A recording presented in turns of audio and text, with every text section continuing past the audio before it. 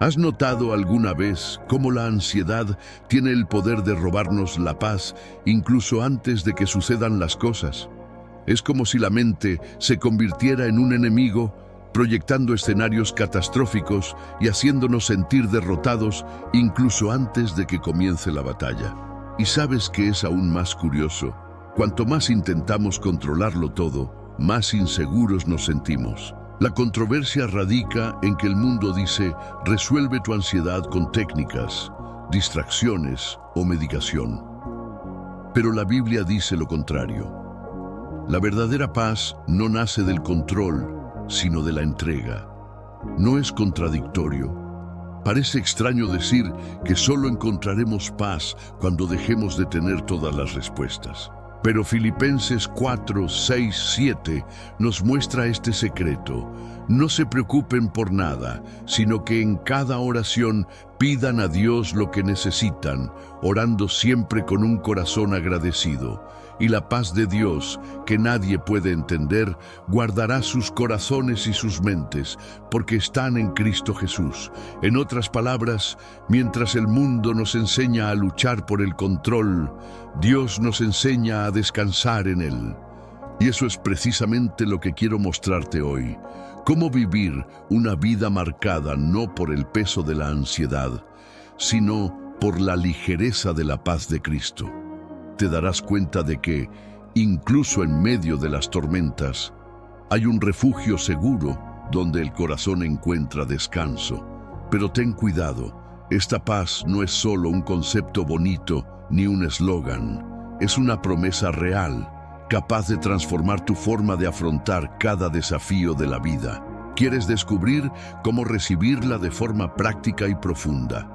Entonces, quédate conmigo hasta el final, porque la respuesta puede ser más sencilla y poderosa de lo que imaginas. A menudo empezamos el día preocupándonos por lo que nos falta, por lo que aún no hemos logrado, y olvidamos lo que ya tenemos. Es como alguien que vive en una casa bien iluminada, pero insiste en quejarse de la oscuridad porque una lámpara está apagada. El apóstol Pablo nos recuerda en 1 Tesalonicenses 5:18, sean agradecidos en todo, porque esta es la voluntad de Dios para ustedes en Cristo Jesús. Esto no es solo un consejo, sino un llamado a ver la mano de Dios en cada detalle, desde el aire que respiramos hasta la comida en nuestra mesa. Cuando descuidamos estas pequeñas bendiciones, abrimos la puerta a la ingratitud y a un corazón endurecido. Imagina a alguien que hereda una fortuna y, en lugar de usarla sabiamente, vive como un pobre, quejándose y creyendo que no tiene nada. Esto es exactamente lo que nos sucede cuando no reconocemos nuestras bendiciones diarias. Un corazón agradecido no ignora las dificultades, sino que sabe que incluso en ellas Dios obra. La bondad de Dios no se limita a milagros extraordinarios. Está presente en las cosas más cotidianas, en la sonrisa de un niño, el abrazo de un amigo, en el simple acto de despertar y tener un día más de vida. Y cuando empezamos a contar estas bendiciones, nuestra visión espiritual se abre y vemos la vida no como una carga, sino como un regalo. Contar nuestras bendiciones también es un acto de resistencia espiritual. El mundo intenta convencernos de que siempre falta algo. Más dinero, más reconocimiento, más logros. Pero cuando nos detenemos a dar gracias, declaramos: Dios ya me ha dado suficiente por hoy. Esto cambia nuestra actitud ante la vida. Al cultivar esta práctica, comenzamos a darnos cuenta de que no vivimos por lo que hemos logrado, sino por lo que hemos recibido de la gracia divina. Y aquí surge un punto esencial. Si no aprendemos a apreciar lo que Dios nos da ahora, ¿cómo podemos estar preparados para recibir más? Esta reflexión nos abre el camino para comprender el siguiente principio, que habla de el amor y el perdón incondicional de Dios. Si nos detenemos a pensarlo, ¿dónde estaríamos hoy si Dios hubiera impuesto condiciones para amarnos? Quizás ni siquiera hubiéramos experimentado esperanza. Lo cierto es que, sin el perdón divino, estaríamos atados a las cadenas de la culpa y la condenación. La Biblia dice en Romanos 5:8, «Mas Dios demostró su amor para con nosotros, en que siendo aún pecadores, Cristo murió por nosotros». Este versículo revela un amor que no espera el cambio, nos alcanza en nuestro peor momento, cuando menos lo merecemos. Reconocer esto nos permite ver la vida no como una colección de errores, sino como una historia redimida por la gracia. Es curioso cómo, en la vida cotidiana, ponemos condiciones al amor y al perdón. Si cambia, lo perdonaré. Si se lo merece, volveré a confiar. Pero Dios no funciona así. Nos amó antes de arrepentirnos y sigue amándonos a pesar de nuestros repetidos fracasos. Piensen en un niño que tropieza al aprender a caminar. Sus padres no dejan de amarlo porque se caiga. Al contrario, le extienden la mano y lo animan a levantarse.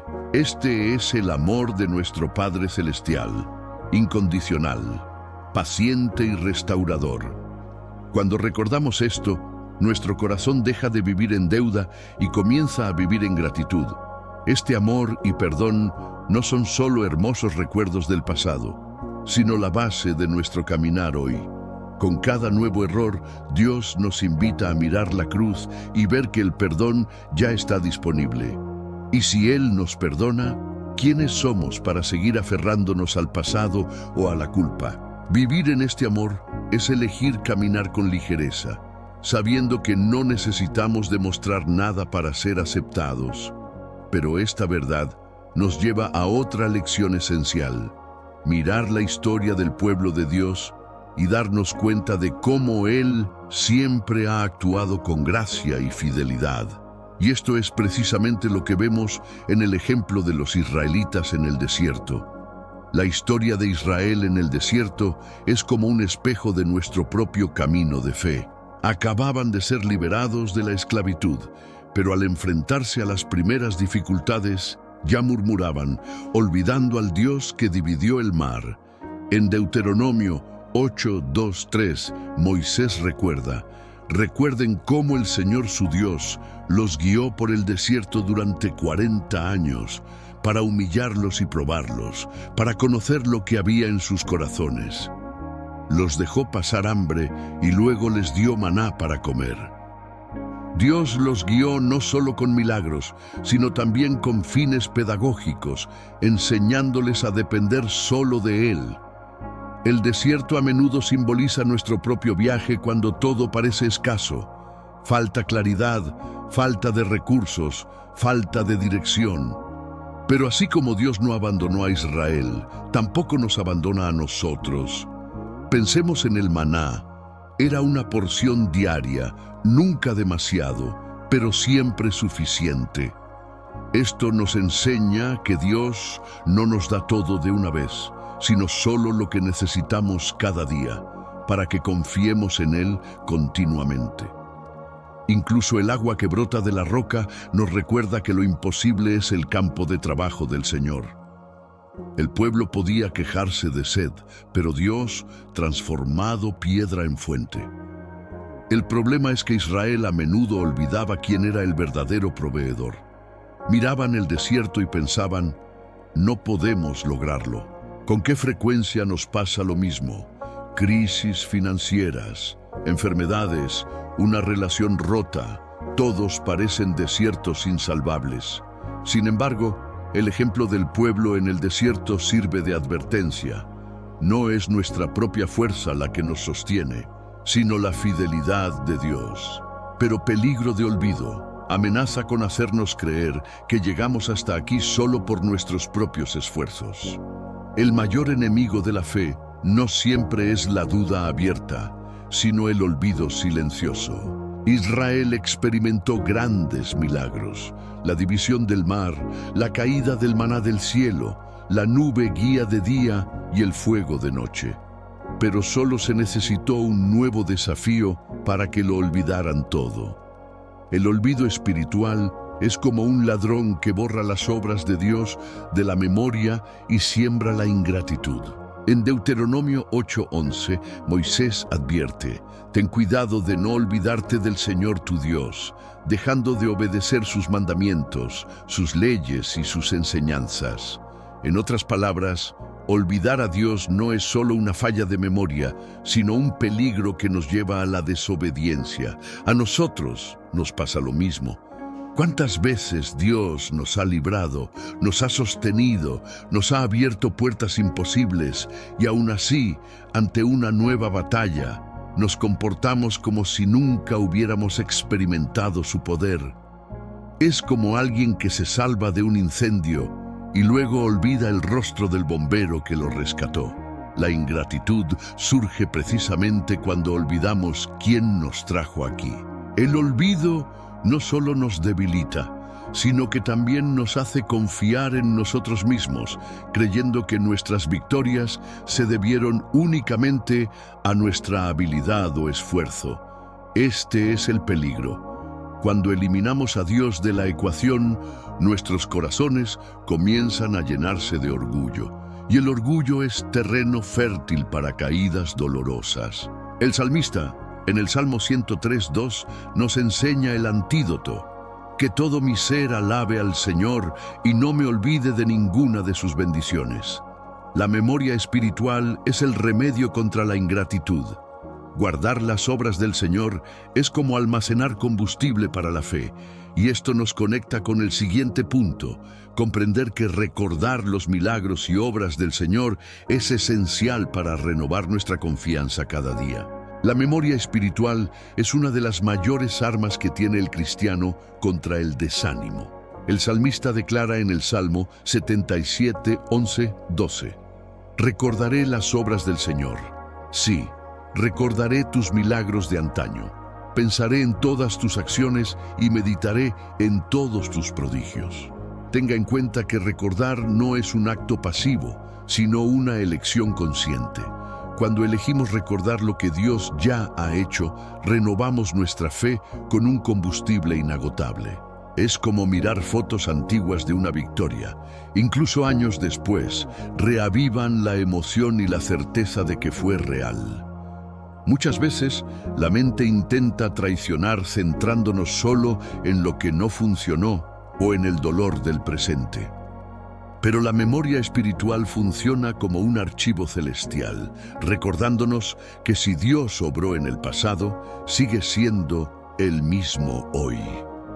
Piensa en cuántas veces estuviste a punto de rendirte, pero algo sobrenatural sucedió.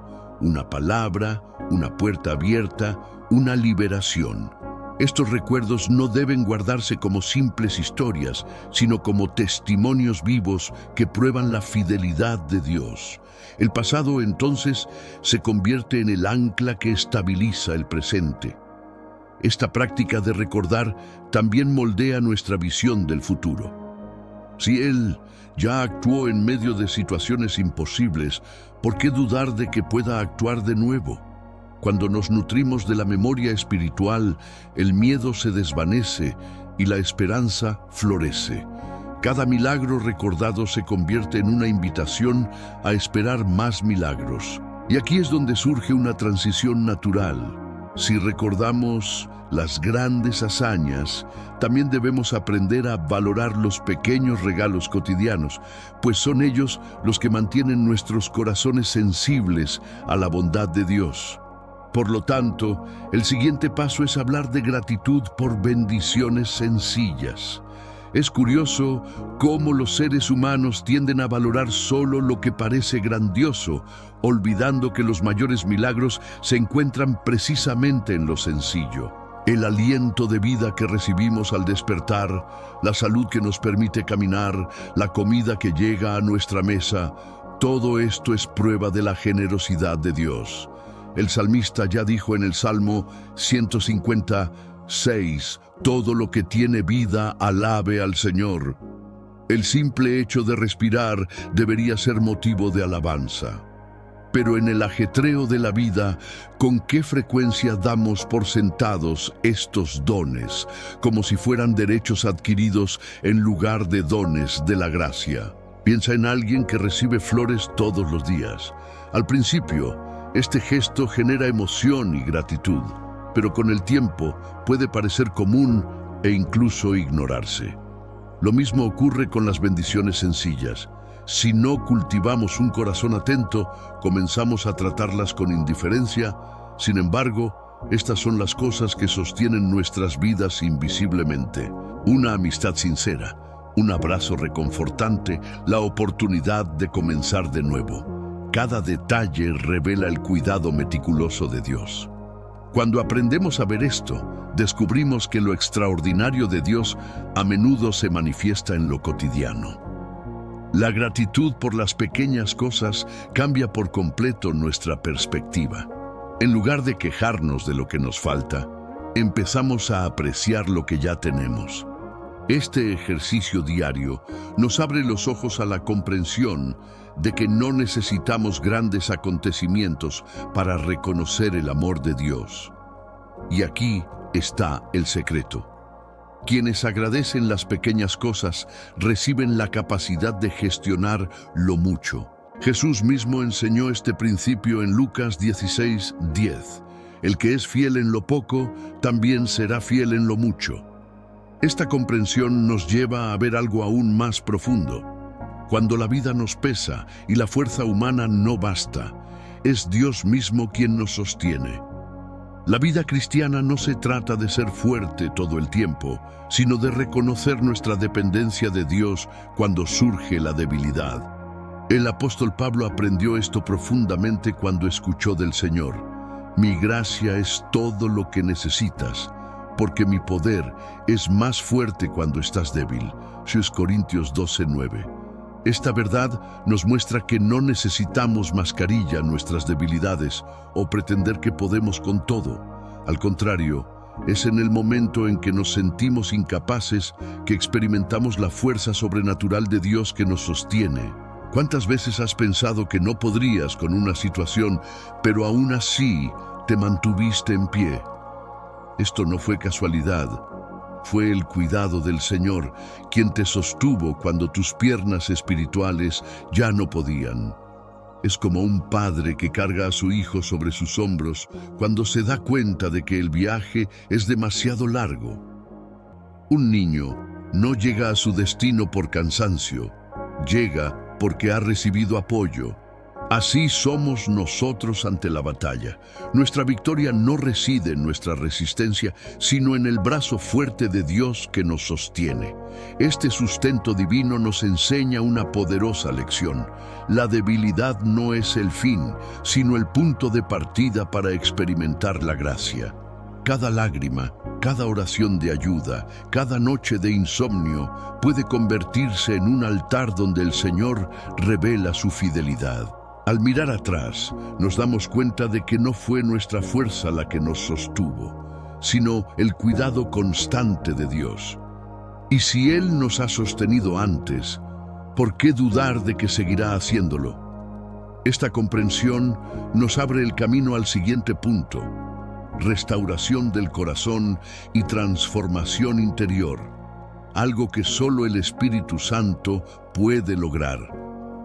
La obra de Dios no se limita a cambiar las circunstancias externas. Él va mucho más allá.